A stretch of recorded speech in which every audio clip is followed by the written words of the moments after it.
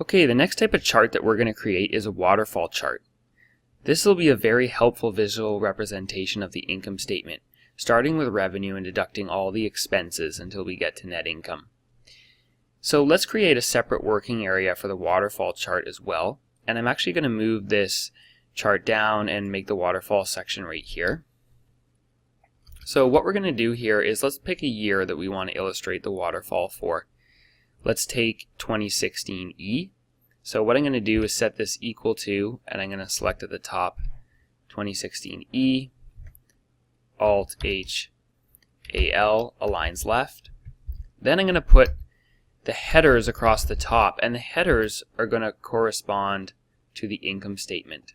So let's actually copy the income statement here, and then let's paste it down below.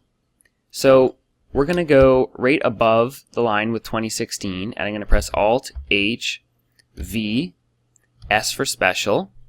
And I want to do two things here. The first thing is I want to paste as values, so I press V. And the next one is I want to transpose. So I'm going to select E. And so I want to make sure I have selected here values and transpose, and then I'm going to press OK. So as you can see, that pasted everything horizontally across the top here. Now I'm just going to delete the subtotals. So the subtotals include gross profit, EBITDA, and EBT. And then what I can do is just slide these along using Control X and Control V, so that now I've got the income statement here, and I'm going to press Alt H AR to align those right.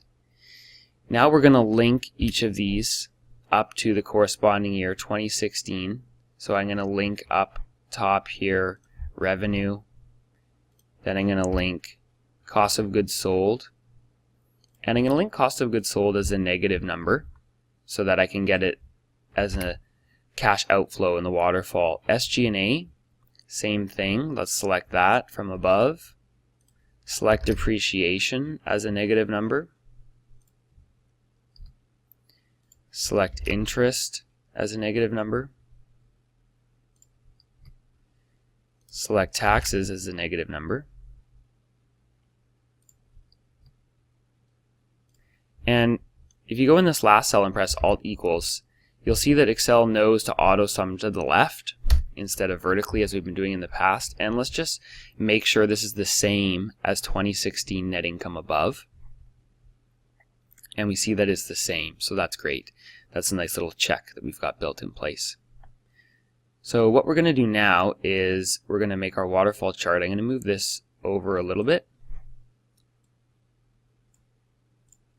and just create some room here to insert.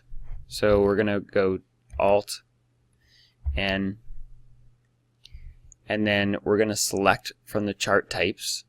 We're going to be able to select right here a waterfall chart. So I'm going to just bring this down here, and a little bit of formatting. I want to put these side by side so we have a nice little dashboard. Make them approximately the same size.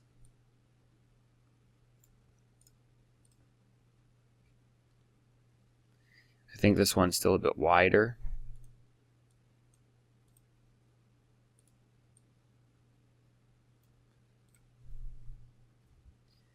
Okay, we're almost there. Great, I think these two are the same size and will fit nicely as a dashboard. So let's right click on this and select data. We're going to add a data series. The data series here is 2016, and the series values are just across this row here. So select those, press OK, and press OK again. And you'll see here that we've got what's almost a waterfall chart, but not quite. A couple of things. First off, let's right click and select data, and we want to make our horizontal axis category names. That's these here. So we can do that and press OK. The next thing I want to do is right click on this and format the axis. I want to change the units to thousands, so we get a bit more space to work. And I'm actually going to call this here income statement waterfall. And a few more formatting items. One is I need to click on the net income here, just this one singular data point, and right click on it and set as total. That lets Excel know that this is the total at the end of the waterfall instead of another increase to show. So I've set that as the total. I can also right click and format data series. I can remove show connector lines if I like. Personally, I'd like to remove that. And I'd also like to reduce the gap width here. I'm going to try it at 70. See how that looks. I think that looks pretty good. And I'm going to format this to look more similar to the other income statement one. So I'm going to right click on revenue, format the data point, and I'm going to change the color to be that same blue that we had used before. And then I'm going to also change this data series. I'm going to change the color of that as well to be the same as the other graph that we made. I'm going to select that, and then I'm going to have to manually change just this one data point back to being the dark blue. And I'm going to change net income to be a different color.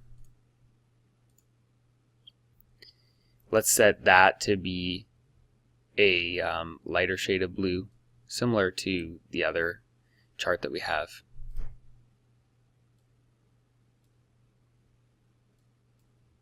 Great, so now we've got revenue, our expenses being deducted, and then net income.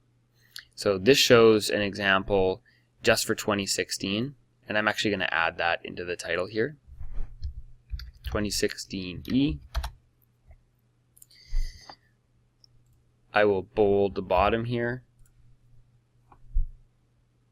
And now I've got two charts that give a very nice illustration of the overall picture of this business. The revenue, expenses, and income over time, and then a more detailed waterfall breakdown of expenses versus revenue and net income in 2016. So one final piece of formatting here. Let's select this row here, and holding the shift and the down arrow, I'm going to group this entire area. So let's press Alt A Z O G G, and I can press 1 to collapse everything up at the top. And now we're back to how we were before with a very organized file here. If I expand just this section, I can see right here these nice output charts that I've created. And it's really important to note that these data points here that are in the charts have to be contained within this same grouping. If I didn't have these here and they were up above but collapsed, as you see here, I actually wouldn't be able to display the information in these charts. So very important to put the data for the charts together with the actual charts themselves.